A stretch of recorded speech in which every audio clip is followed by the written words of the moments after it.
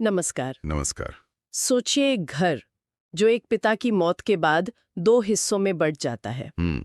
एक भाई जिसने अपने सौतेले भाइयों के लिए अपनी पूरी जवानी सब कुछ कुर्बान कर दिया, और एक औरत जिसकी सिर्फ एक जिद ने उस पूरे हंसते खेलते परिवार को बिखेर कर रख दिया।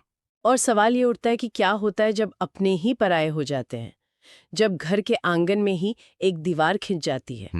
आज हम मुंशी प्रेमचंद की लिखी एक ऐसी ही दिल को झकझोर देने वाली कहानी अलघोजा की गहराइयों में उतरेंगे। अलघोजा। हाँ, ये कहानी सिर्फ जमीन या घर के बंटवारे की नहीं है। ये दिलों के बंटवारे की कहानी है। इसमें त्याग है, पछतावा है, और रिश्तों के टूटने और फिर एक बहुत ही अजीब शक्ल में जुड़ने की दास्तां है। चलिए इसे खोल कर देखते हैं। तो कहानी की शुरुआत होती है एक 10 साल के बच्चे से, रघु। हाँ, और उसका बचपन कह सकते हैं कि छीन लिया गया है। बिल्कुल। माँ मर चुकी है और पिता भोला महतो, उन्होंने दूसरी शादी कर ली है पन्ना नाम की एक औरत से। और यहीं से, है ना, रघु की जिंदगी पूरी तरह बदल जाती है। पूरी तरह। जो बच्चा कल तक गांव में खेलता कूदता था, सौतेली माँ के आते ही उसे घर के सारे कामों में लगा दिया जाता है। क्या क्या नहीं करता वो, गोबर निकालना, बर्तन मांजना, बैलों को चारा देना, सब कुछ रघु के ही जिम्मे आ गया। और पन्ना का जो किरदार है वो शुरू में एकदम टिपिकल सौतेली माँ जैसा दिखाया गया है। घमंडी, कामचोर। और रघु से तो जैसे नफरत करती है वो, यहाँ तक कि पिता भोला भी, वो भी पन्ना की बातों में आकर अपने ही बेटे का दुश्मन बन जाता है। ये पढ़ना बहुत दुखद है। और पूरा गांव भी रघु को ही जिद्दी और बुरा समझता है। लेकिन फिर कहानी में एक मोड़ आता है। 8 साल बाद पिता भोला महतो की भी मौत हो जाती है। और अब घर में है पन्ना, उसके अपने 4 छोटे बच्चे और 18 साल का रघु। और यहीं से पन्ना का असली डर सामने आता है। बिल्कुल। उसे रघु की अच्छाई पर जरा भी यकीन नहीं है। उसे लगता है कि अब रघु अपनी पत्नी लाएगा, अलग हो जाएगा और उसे और उसके बच्चों को पाई पाई के लिए मोहताज कर देगा। हाँ, यही डर उसकी नफरत को और बढ़ा देता है। वो मन ही मन सोचती है, जिस लौंडे को अपना गुलाम समझा, अब उसका मुंह नहीं ताकूंगी। लेकिन फिर एक शाम कुछ ऐसा होता है जो पन्ना के इस यकीन को, इस नफरत को हिला कर रख देता है। हाँ, वो देखती है कि रघु उसके बच्चों के साथ खेल रहा है, उनके लिए लकड़ी की गाड़ियां बना रहा है, और बच्चे उसे रघु दादा कहकर उस पर प्यार लुटा रहे हैं। ये देखकर भी उसे अपनी आंखों पर यकीन नहीं होता। उसे लगता है ये कोई दिखावा है, कोई चाल है। उसका शक और गहरा हो जाता है जब उसे पता चलता है कि रघु बच्चों के लिए गाय लाने वाला है। और वो तंज कसती है, पैसे किसके घर से आएंगे। और यही कहानी का सबसे बड़ा भावनात्मक मोड़ आता है। क्या कहता है रघु? रघु बड़े सहज भाव से बताता है कि वो अपनी सोने की मुहर बेचकर गाय लाएगा, ताकि बच्चों को दूध मिल सके। हाँ। ये एक पल सब कुछ बदल देता है। पन्ना सन रह जाती है। सोचिए जरा, जिस लड़के को वो अपना सबसे बड़ा दुश्मन समझ रही थी, वो उसके बच्चों के लिए अपनी अकेली कीमती चीज कुर्बान करने को तैयार है। पर क्या ये बदलाव थोड़ा ज्यादा अचानक नहीं है? क्या वाकई एक पल में इतनी गहरी नफरत खत्म हो सकती है? हाँ, देखिए, देखने में तो अचानक लगता है, पर साइकोलॉजिकली ये बहुत गहरा है। पन्ना की जो नफरत थी ना, वो असल में उसके डर से पैदा हुई थी। अच्छा। उसका सबसे बड़ा डर यही था कि रघु उसे और उसके बच्चों को बेसहारा छोड़ देगा। रघु के इस एक काम ने, उस मोहर को बेचने के फैसले ने, पन्ना के उस सबसे बड़े डर को जड़ से ही खत्म कर दिया। तो जब डर खत्म हुआ तो नफरत की दीवार अपने आप ढह गई, और शायद उसके अंदर जो ममता छुपी हुई थी वो बाहर आ गई। वो पहली बार रघु को एक दुश्मन की तरह नहीं, बल्कि एक बेटे की तरह देखती है। एक बेटे की तरह। और इस एक पल के बाद तो घर का माहौल ही बदल जाता है। अगले 5 साल सब कुछ ठीक चलता है। हाँ, रघु एक मेहनती किसान बन जाता है और पन्ना की सलाह के बिना कोई काम नहीं करता। एक असली माँ बेटे का रिश्ता बन जाता है दोनों में। लेकिन कहानी में एक नई और शायद ज्यादा जहरीली गांठ पड़ने वाली थी, मूलिया के आने से। हाँ, पन्ना के जोर देने पर 23 साल का रघु अपनी पत्नी मूलिया को विदा कराकर घर ले आता है। मूलिया सुंदर है, लेकिन वो अपने मायके से ही एक सोच लेकर आई है। उसके मन में ये जहर भरा हुआ है कि मेरा पति इन सौतेले भाइयों और इस सौतेली सास के लिए क्यों मेहनत करे। उसे ये गुलामी लगती है। तो क्या हम कह सकते हैं कि मूलिया इस कहानी की विलेन है, या उसकी चिंताएं भी कहीं ना कहीं जायज हैं? प्रेमचंद यहाँ किसी को सीधा विलन नहीं बनाते, वो हमें हालात दिखाते हैं। अगर आप मूलिया के नजरिए से देखें, उस जमाने में एक औरत की सामाजिक आर्थिक सुरक्षा सब कुछ उसके पति पर ही तो निर्भर की। सही बात है। उसे लग रहा था कि रघु की सारी मेहनत, सारी कमाई एक ऐसे परिवार पे खर्च हो रही है जो कानूनी तौर पे उसका है ही नहीं। उसे डर था कि कल जब ये भाई बड़े हो जाएंगे तो रघु और उसे कुछ नहीं मिलेगा। तो ये एक तरह की सर्वाइवल इंस्टिंक्ट थी। हाँ, कह सकते हैं। भले ही उसका तरीका बहुत कड़वा था, बहुत गलत था। और यही कड़वाहट घर को तोड़ने का कारण बनती है। मूलिया घर में काम करना बंद कर देती है। एक दिन तो वो खाना ही नहीं बनाती और दिन भर खेत में जलने के बाद पन्ना को घर आकर भूखे बच्चों के लिए चूल्हा जलाना पड़ता है।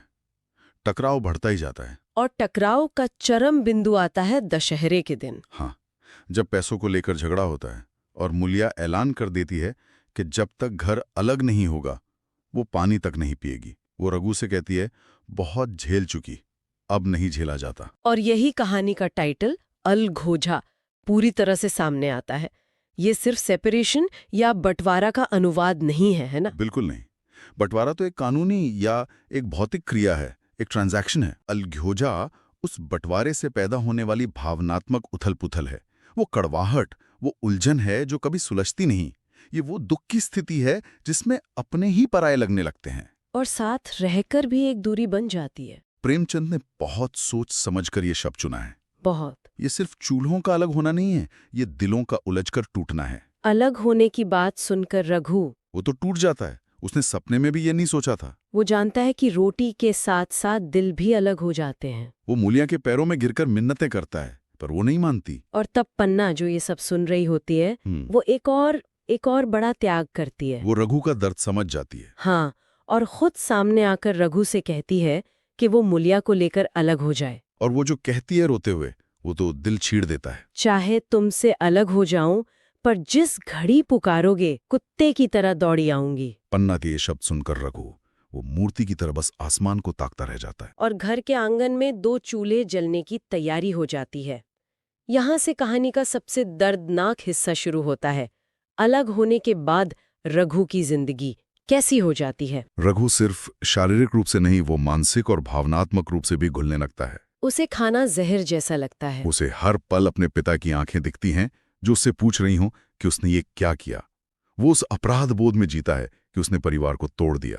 तो वो मेहनत से नहीं टूट रहा था। नहीं, प्रेमचंद यहाँ यही दिखा रहे हैं कि इंसान के लिए सामाजिक पारिवारिक जुड़ाव कितना जरूरी है। रघु मेहनत से नहीं, बल्कि उस अल्योझे के दुख से, उस अकेलेपन और अपराध बोध से टूट जाता है।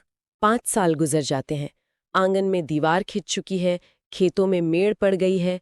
रघु 2 बच्चों का बाप बन चुका है। लेकिन चिंता और मेहनत ने उसे जवानी में ही बूढ़ा कर दिया है। उसे हल्का हल्का बुखार रहने लगता है और फिर एक दिन उसका टिमटिमाता हुआ जीवन दीपक बुझ जाता है। और सबसे दुखद बात यह है कि मरते समय वो अपने भाई केदार को बुलाता है। लेकिन केदार खेत में पानी देने का बहाना बनाकर नहीं आता। क्यों?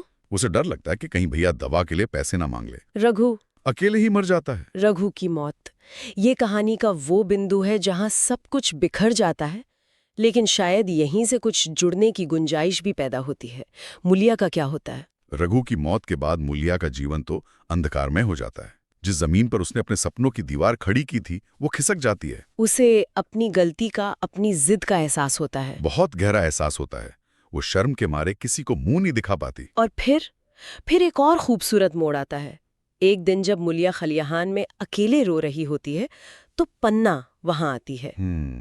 लेकिन वो उसे ताना नहीं मारती। नहीं, बल्कि उसके बच्चे को गोद में उठाकर कहती है, अलग हो जाने से बच्चे तो नहीं अलग हो गए। ये करुणा का क्षण है। हाँ। और पन्ना बताती है कि केदार को अपने भाई की सेवा ना कर पाने का कितना गहरा दुख है। अच्छा। केदार कहता है, भैया इसी अलग्योजे के दुख से मर गए।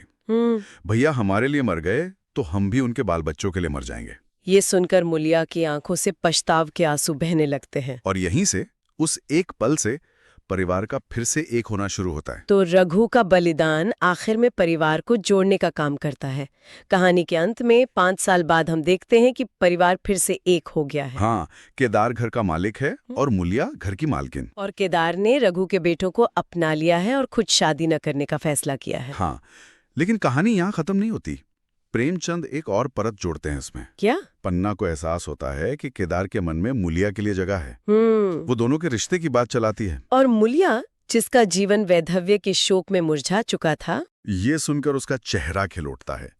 10 साल में उसने जो कुछ खोया था वो उसे एक पल में वापस मिल जाता है। टूटा हुआ परिवार एक अलग, लेकिन शायद ज्यादा मजबूत रिश्ते की नींव पर फिर से खड़ा हो जाता है। तो रघु का बलिदान व्यर्थ नहीं गया। जिस अलघोजे ने उसकी जान ले ली, उसी के दुख ने उसके परिवार को हमेशा के लिए एक कर दिया। केदार ने अपने भाई के त्याग को एक नया जीवन दिया, ये सच है। बिल्कुल। लेकिन ये कहानी हमें एक बहुत जरूरी सवाल के साथ छोड़ जाती है। रघु का बलिदान आखिर में परिवार को जोड़ तो देता है, पर क्या किसी परिवार को एक होने के लिए हमेशा एक बेगुनाह की कुर्बानी की जरूरत पड़ती है? और अगर रघु आज जिंदा होता, तो क्या वो इस नए परिवार में, जिसमें उसकी पत्नी और उसका भाई एक साथ हैं, क्या वो अपनी जगह बना पाता? एक सवाल जो शायद हमेशा बना रहेगा। अगर इस कहानी ने आपके दिल को छुआ हो, अगर रिश्तों की इस उलझन और इस त्याग ने आपको सोचने पर मजबूर किया हो, तो इस कहानी को अपना प्यार जरूर दें। लाइक करें, अपने दोस्तों और परिवार के साथ शेयर करें। कमेंट में बताएं कि कहानी का कौन सा हिस्सा आपको सबसे ज्यादा छू गया। और ऐसी ही कहानियों के लिए चैनल को सब्सक्राइब करना ना भूलें। मिलते हैं अगली कहानी में।